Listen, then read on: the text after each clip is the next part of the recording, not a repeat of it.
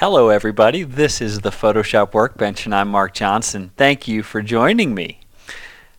I know this may sound like an advertisement or a broken record, but really it's just a love affair playing out in the form of a workbench.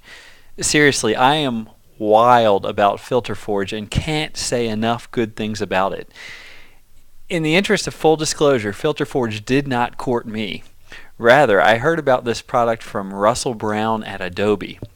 When I casually downloaded the Filter Forge free trial, I had no idea what I was getting into, what joy I would experience in the days ahead.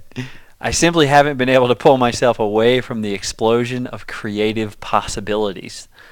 After purchasing Filter Forge, I registered for their affiliate program. This means that when you make a purchase via the link associated with the text for this workbench, I receive a commission.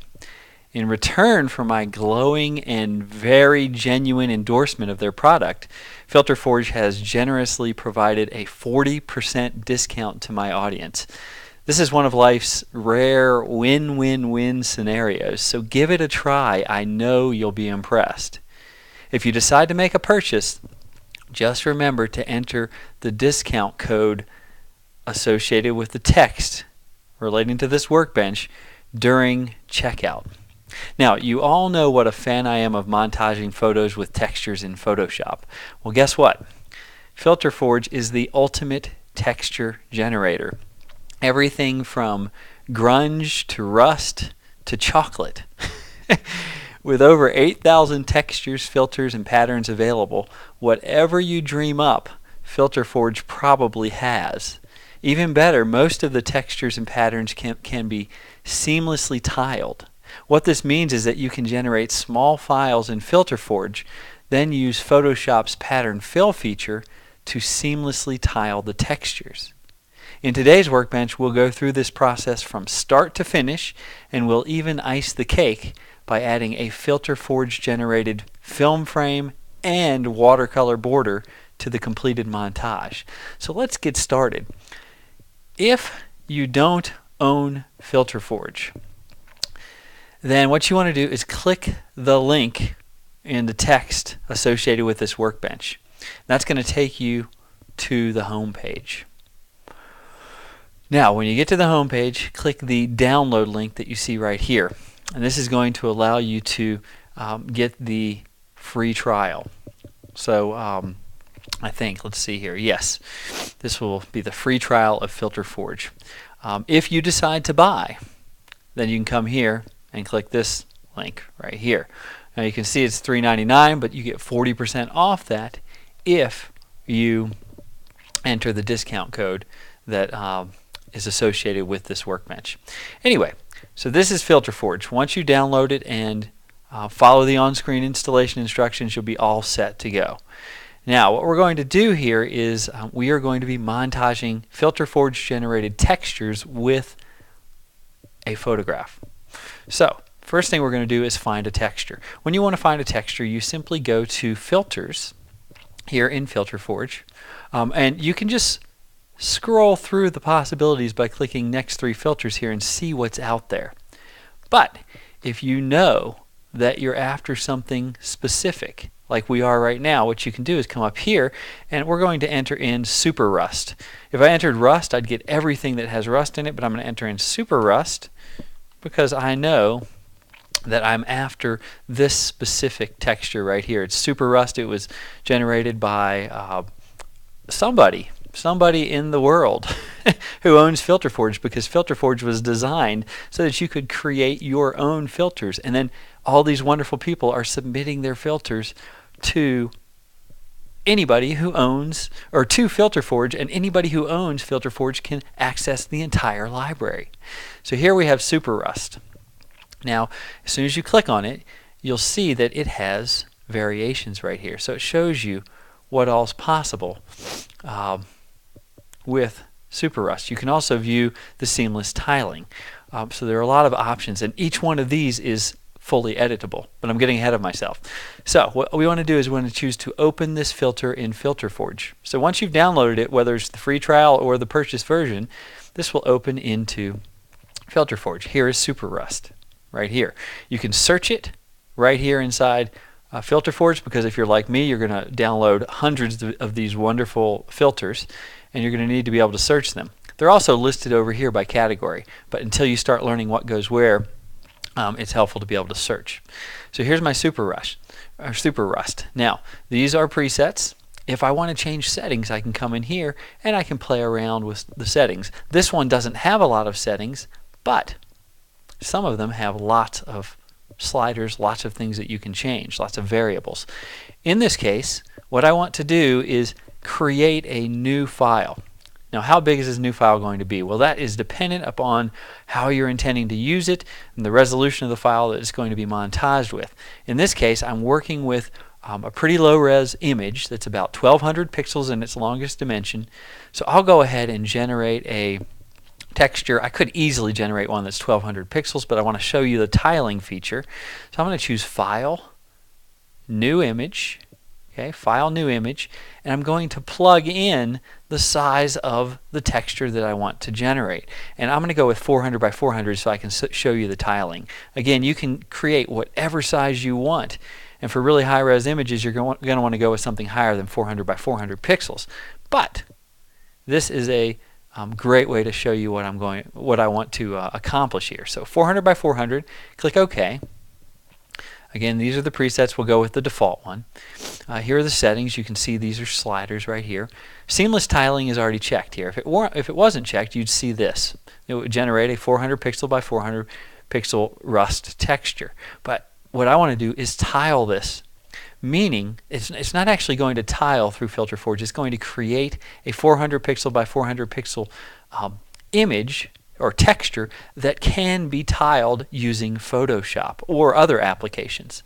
So I'm checking that box, and it's going to show me what that looks like. Hey, look, instead of this being 400 by 400 pixels now, it can be 4000 by 4000 pixels with virtually no effort. How awesome is that? Now, once you've checked seamless tiling and changed any sliders you want to change here, you hit Save Image As. Okay? Now I'm going to dump this into a folder called Filter Forge Textures, put it someplace meaningful to you, and I'll just call it Super Rust, because that's what it is. And if I were actually naming this for my own projects, I would go 400 by 400 Seamless. And that way I know the exact dimension, and I know that it's been generated seamlessly. Now, you can't save a PSD out of Filter Forge. Maybe someday you will be able to, but you can save a TIFF. Photoshop works fine with TIFFs. So I'm going to click Save. If I was going to be doing a lot of color correction on it, I'd save it as a 16-bit file. That's not the case here, so I'll go with 8-bit. No compression. Don't need to include transparency. I'll press OK. Now, I have a fast computer. This is a small texture. It's already done. You didn't even see it happen. It's already done. Now, if I go into Bridge, here is my texture. Okay? If I go into Photoshop, here's the picture that I'm going to place this texture in. So I'm going to open up this texture into Photoshop.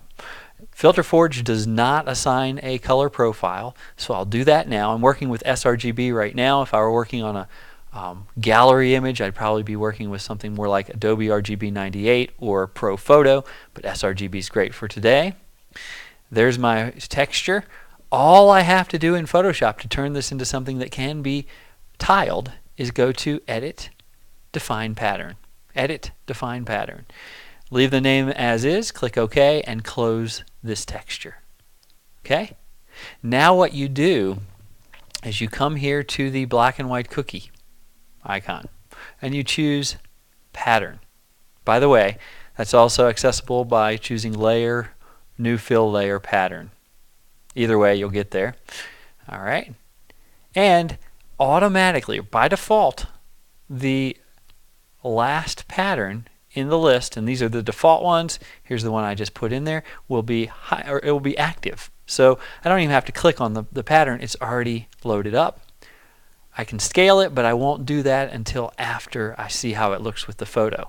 Now I press OK. There's my Super Rust pattern or texture. Here are my blending modes. If I want to cycle through them, I activate the Move tool, and then I use Shift+ to cycle through these. However, I don't want to waste your time with that today. I have other fish to fry. So I'm just going to change this to overlay. Now, I like the pattern, the texture it's creating here. I'm not happy with the color it's imparting. So I'll go into the Adjustments panel, press Option on the Mac or Alt on the PC, and click on the black and white adjustment layer icon. I'm going to use the previous layer to create a clipping mask. Therefore, I'm clipping my black and white adjustment layer into the rust texture layer, but I'm not affecting the underlying color picture. Press OK, and now let's see what's going on here. Let me zoom this up so you can see it better. See that nice texture that's now been imparted to this picture. If I wanted to scale this pattern, I could simply double click right here on the pattern fill layer thumbnail, and I can scale it here. Keep in mind that if you're scaling up, this is an element made of pixels. If you scale too much, it's going to break down the quality. If you have to scale too much, you want to go back to Filter Forge and generate a texture that has a bigger dimension, something not 400 pixels by 400 pixels, but maybe 1,000 by 1,000 pixels. That's going to allow me to increase the size of the rust so that I'm getting bigger bumps of rust in here. But I can scale to a degree right here with this slider. So I'll click OK. That looks great. I've got some texture in there. Now let's do this one more time. Let's do one more thing. I'll click on the top layer because I'm going to be building on top of that. I'll hide Photoshop. I'll hide Bridge. Let's hop back into Filter Forge. Oops, sorry, that's Filter Forge, the software. Let's go to Safari, the Filter Forge website. We'll go back to Filters. There are a million great ones in here. I want to enter words and show you what's here, but I'll let you do the looking on your own. For right now, I'm going to enter one called, I think it's sack material. Yes, sack material. There we go. So here is sack material. I'll click on this. I'll show you what's possible. I don't really like that one for this purpose, but I do like this one. That is fabulous. So what I'm going to do is open this filter in Filter Forge. Now, I have already set up a 400 pixel by 400 pixel document, so I don't need to do that again.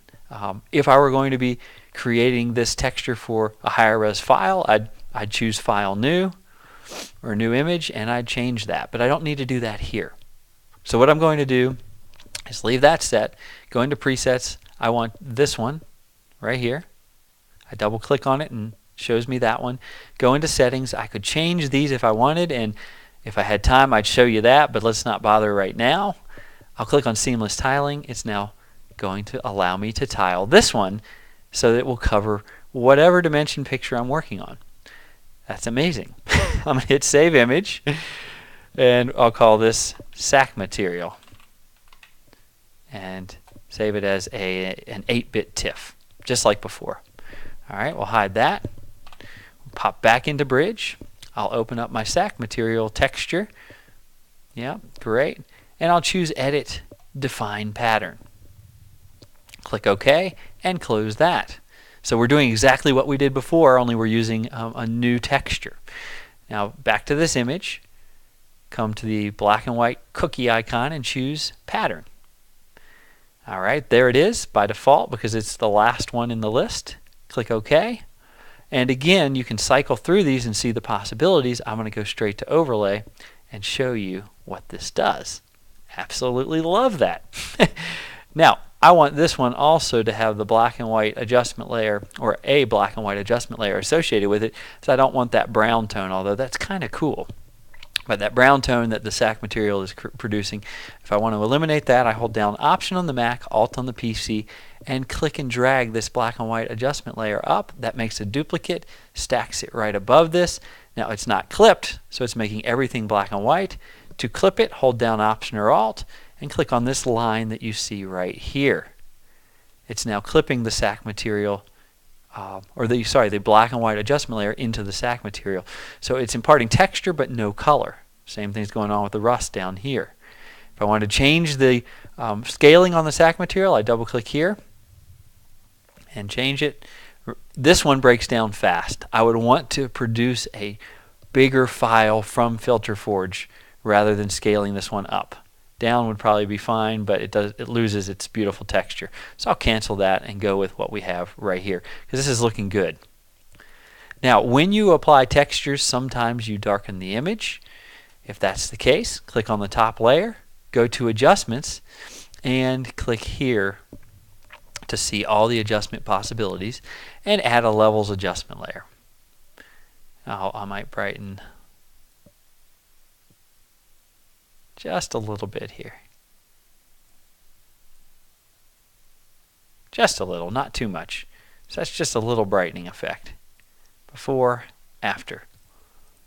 Alright, we have used Filter Forge to generate textures that can be seamlessly tiled in Photoshop and then montaged with an image.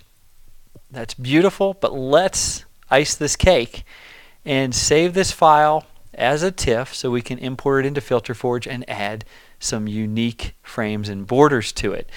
Okay, Filter Forge won't open a PSD. Bummer, but it will take a layer from Photoshop. It will take a layer from Photoshop. If you activate that layer and you choose Filter, Filter Forge 2, or whatever version you're working with, it will take that layer over into Filter Forge. But in this case, I want to take this whole file. So what I have to do here is choose File, Save As. I'll go ahead and dump this into this folder here. I'm not going to bother renaming it right now. That's great, although it's very long. Make sure I save it as a TIFF. It can be layered or not. A layered or an unlayered or a flattened TIFF is great. Hit Save, and OK. All right, here's that. Now, let's go, whoops, hit one too many buttons. moving too fast here. Now what I'm going to do is go over to Filter Forge, right here, and I'm going to choose File, Open Image. File, Open Image. Okay? And I'm going to open up that TIFF. Now, because I'm in SAC material here, I'm not going to see anything happen. I need to go get the borders and the frames that I want to work with.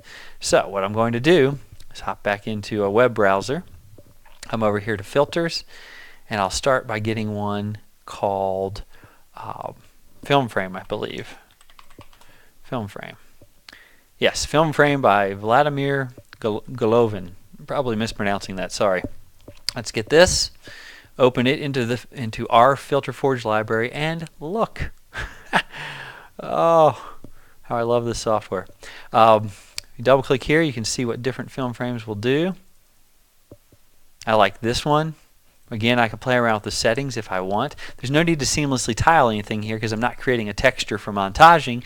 I'm just applying a creative film frame border right here in Filter Forge. I'll click Save Image As. I'll call this film frame. I would actually name it what the image is and probably add the words film frame, but no need to do that right now. We'll save it as a TIFF. 8-bit is fine for now. Keep in mind you can do 16-bit if you're going to be doing any sort of aggressive color correction. I'll click OK, and it's rendering that out, and there it is. All right, did a low-res file very quickly. It'll be slower on higher-res files. Now, let's take a look at another option. Go back into filters here. This one I love. We're going to put in watercolor. By the way, the watercolor painting filter in Filter Forge is stunning. But this is going to be watercolor border. Search that. Let's bring up, okay, sorry, watercolor frame is what it's called. There it is. Let's open this into Filter Forge. There we have it. These are the options. That's one choice. Here's another. I like this one. I could change settings, but I won't. I don't need to seamlessly tile. I'm just applying a beautiful border.